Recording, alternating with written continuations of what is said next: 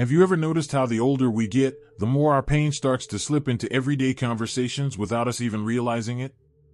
Maybe you've caught yourself saying things like, "My back's been acting up again," or "These knees just aren't what they used to be," almost the way some people talk about the weather. And you're not wrong for sharing it. Pain is real. It's frustrating. It demands attention. But have you ever wondered what would happen if, just for a moment, you stopped letting the pain lead the conversation? What if healing didn't start with talking, but with something deeper? You know, when I first heard someone say that healing began when they stopped talking about their pain, I thought it sounded almost impossible.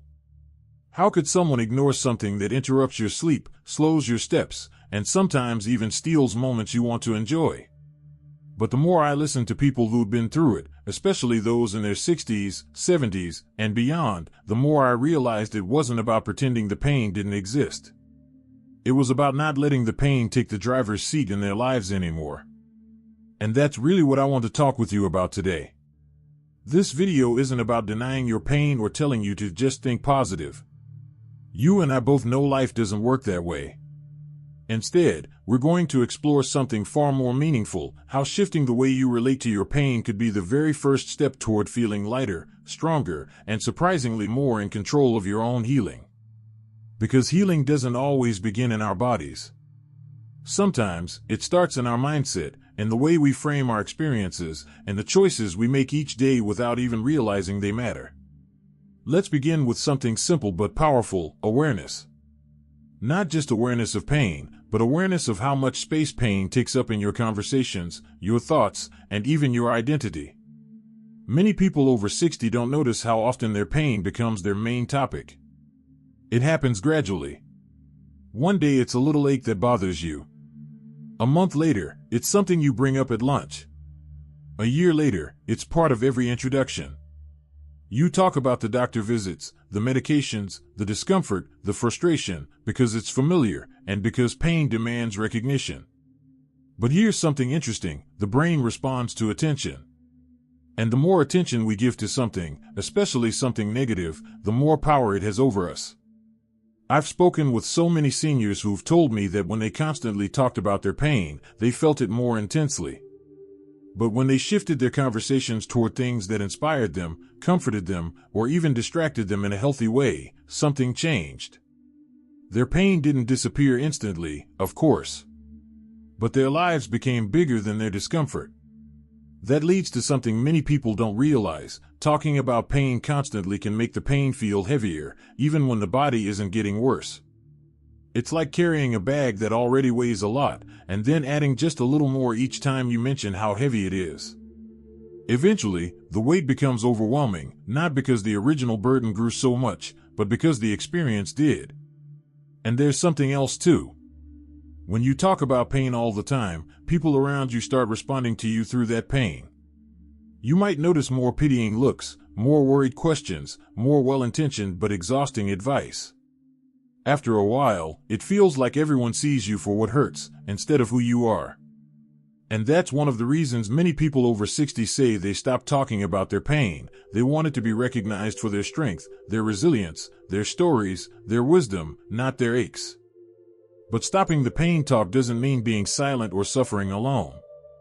It means shifting the focus to things that bring life back into your voice.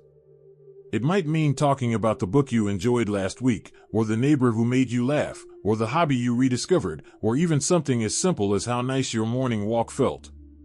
The more you practice speaking from a place of life instead of limitation, the more your body begins to soften in response. It's as if your body is listening to the tone of your conversations and adjusting its tension accordingly. One woman in her 70s told me that she made a decision one day: she would only mention her pain if someone truly needed to know, like her doctor or her physical therapist. Everyone else would get a version of her that wasn't defined by pain. At first, she said it felt strange, almost like she was hiding something. But within a few weeks, something remarkable happened. She said her shoulders felt lighter. Her days felt a little brighter. And for the first time in years, she felt like the main character in her own life again, not just someone living inside a body that hurt. You might be wondering how such a simple shift can make such a difference. It's because the things we repeat become the stories we live by. When you tell yourself every day that you're hurting, your mind builds your identity around that experience. But when you tell yourself every day that you're living, that you're trying, that you're finding moments of joy, your identity becomes something much bigger than the pain. This brings us to something even more important, choosing where you place your emotional energy. Pain already asks for a lot. It takes patience, effort, and sometimes courage.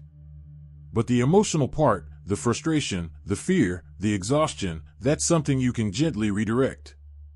And sometimes the very first step is simply choosing not to speak from your pain, but from your strength instead. When you do that, you're not denying what hurts. You're reclaiming what's yours. And this leads naturally into something deeper, something many people don't talk about enough, the connection between emotional stress and physical pain. Let's gently explore that together. And feel that these insights are meaningful. Please type number 2 in the comments to let me know you're still with me. And if you haven't subscribed yet, I warmly invite you to do so, and don't forget to turn on the bell, so you won't miss any of our upcoming videos designed to uplift, inform, and inspire. Your support truly means a lot. It's what keeps us going and allows us to continue sharing thoughtful, helpful content just for you. Now, let's continue this journey together. You might not realize it at first, but the body keeps score of every worry, every disappointment, every memory we hold a little too tightly. And when we're over 60, many of those emotions have been sitting quietly inside us for decades. Some people describe it like carrying around old suitcases they never got around to unpacking. The suitcase might look closed, but the weight is still there. And for many, that hidden emotional weight presses on the body just as much as physical strain does. Think about stress for a moment. Not the kind that comes in a sudden burst, like when you misplace your keys or run late for an appointment. I'm talking about the long, slow kind of stress, the type that lingers when you worry about your health, when you miss someone you lost, when you feel lonely but don't want to burden anyone, or when you quietly carry guilt or regret from choices you made long ago. These emotions sit in the background of your life, whispering instead of shouting, but they still drain your energy. Many people have told me that when they stopped talking about their pain, they didn't just create space for positivity, they created space to actually listen to their bodies in a new way. Instead of repeating "my hip hurts" or "my back is getting worse," they started noticing why. Sometimes the pain was physical, but sometimes it was tied to moments of emotional strain they'd never connected before. One man shared that his shoulder pain always flared up after days when he felt anxious about his finances. Not big anxieties, just the quiet, nagging kind that come from looking at bills or worrying about unexpected expenses in retirement. Once he realized his pain had an emotional rhythm, he said it felt like discovering a hidden map of his own body. And that's why changing how we talk about pain matters so much. When you stop repeating the same story over and over, you give yourself the chance to hear what the body is actually trying to say beneath the noise. Pain becomes less of a complaint and more of a message. And messages, unlike complaints, are something you can work with. This shift becomes even more powerful when paired with something many people forget to do: treat the body with kindness. Not the kind of kindness that says, "you poor thing," but the kind that says, "I'm here with you, let's get through this together." For years, you might have pushed through pain, ignored it, or gotten frustrated with it. But when you approach your body gently, when you stretch with intention, breathe deeply, move slowly, or give yourself permission to rest, it's incredible how quickly the body begins to loosen its grip. Sometimes healing begins simply by removing the pressure of constant judgment. When you stop saying "I'm falling apart" or "my body is giving up on me," and instead say something softer, something like "my body is trying its best," your nervous system responds. Muscles that were tight without you realizing begin to ease. Breathing becomes deeper. Thoughts become clearer. And pain, even if it doesn't vanish, becomes easier to manage. And this gentle approach leads into another powerful shift: choosing environments that help you feel calmer. Many people don't realize how much their surroundings influence their physical comfort. Bright lights, loud noises, cluttered rooms, or even stressful conversations can cause tension that travels straight into the body. But when you create spaces that feel peaceful, softer lighting, calm music, a comfortable chair, a clean corner by a window. It's like giving your mind a chance to exhale. And when the mind exhales, the body follows. Some people do this by spending more time outside.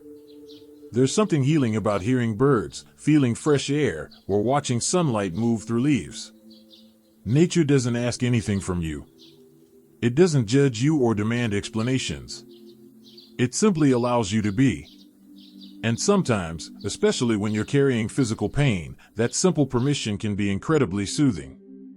Others find comfort in routine, making a warm cup of tea in the morning, taking a slow walk after lunch, stretching the legs before bed.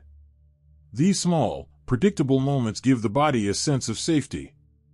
And safety is one of the most overlooked ingredients in healing. But there's another piece to this, one that often goes unnoticed until later in life: choosing who you speak to about your pain. Not everyone needs access to the most vulnerable parts of your life. Some people truly care and want to help. Others mean well but bring worry or fear into the conversation. And some, without realizing it, feed the pain by focusing on it too heavily. That's why many people who begin to heal say they became more selective about who they shared their struggles with. Instead of talking about pain openly with everyone, they kept those conversations for people who could truly support them, maybe a trusted friend, a doctor, a therapist, or a family member who listens without judgment. This shift protects your emotional energy. It prevents you from carrying not only your own weight but also the weight of other people's reactions. And it helps you feel stronger, because you're choosing when and how you share your story. And when you make these choices, another healing moment often happens without you even noticing. You begin to feel more connected to yourself again. Pain can make you feel like your body is working against you. But when you stop talking about the pain all the time and instead start listening, caring, and choosing what supports you, you begin to feel like you and your body are on the same team again. And that sense of unity, of being at home in your own skin, can be incredibly healing on its own. This brings us to something deeply important, something at the heart of real healing: rediscovering the parts of your life that bring joy and meaning, even in the middle of discomfort. Because when you focus your attention there, something inside you begins to shift. Let's explore that together. It's a beautiful thing when you start noticing the moments that still bring joy into your life, no matter what your body feels like.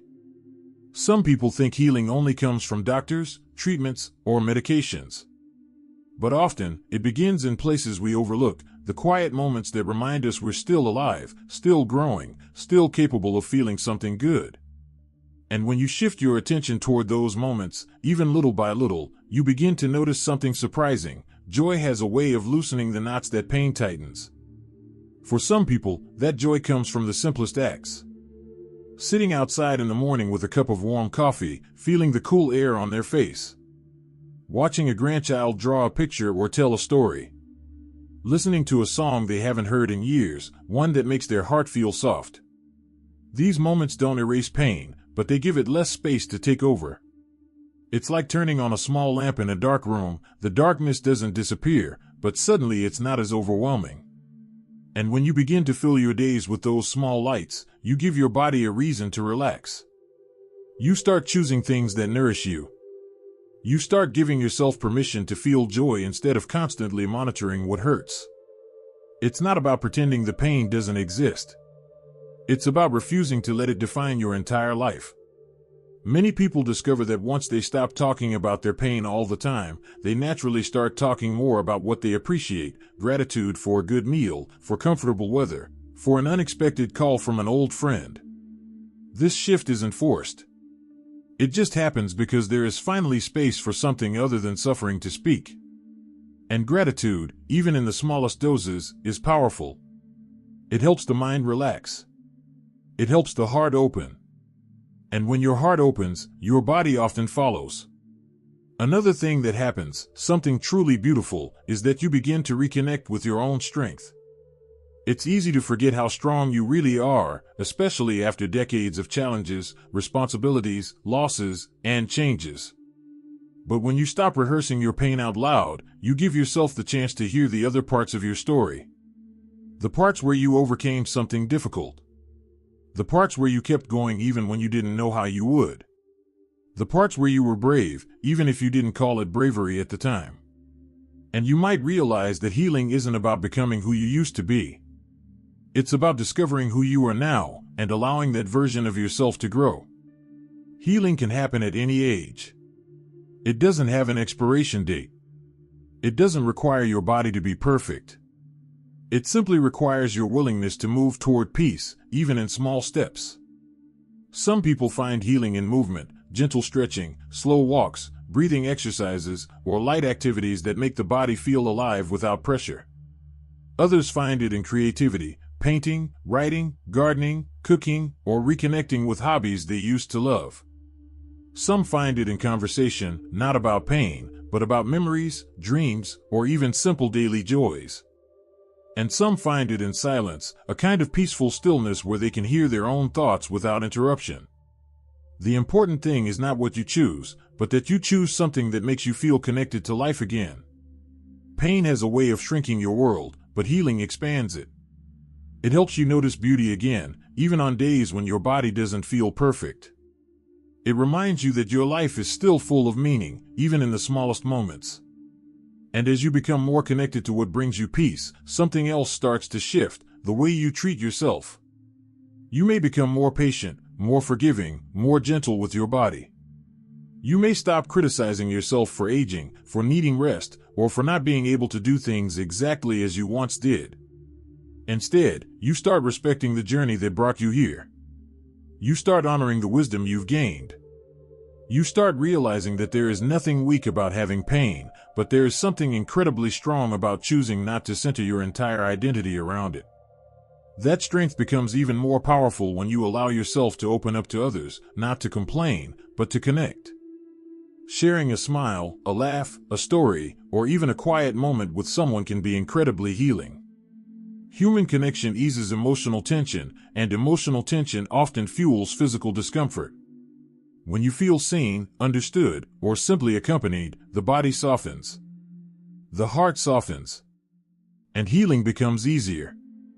By the time you reach this stage, you might even notice something unexpected. You begin to trust your body again. Not because it's perfect, but because you've learned how to listen to it, how to support it, and how to care for it without judgment. That trust is one of the greatest gifts you can give yourself. It allows you to move through life with more confidence, more hope, and more peace. And that peace is what healing is truly about. It's not the absence of pain. It's the presence of balance, acceptance, and self-compassion. It's knowing that even on difficult days, you are still in control of your experience. You can still choose what thoughts you feed, what conversations you have, and what direction your attention goes. As you continue on this path, I want you to remember one thing: you deserve a life that feels peaceful, meaningful, and hopeful. You deserve a life that isn't centered around suffering. And you have the ability, right now, to move toward that life, one thought, one breath, one choice at a time. If you've ever felt alone in your pain, know that you're not alone now. And if something in this conversation has resonated with you, I'd love to hear your thoughts. Share your experiences or insights in the comments below. Your story might help someone else who needs encouragement. And if you found this message helpful, go ahead and like the video so others can find it too. Subscribe to the channel for more conversations just like this, conversations filled with comfort, wisdom, and support for anyone who wants to live with more peace as they grow older. Thank you for spending this time with me today. Take a deep breath, be gentle with yourself, and remember this: healing begins the moment you decide you deserve peace. And you do. You always have. Here's to living your best life at any age.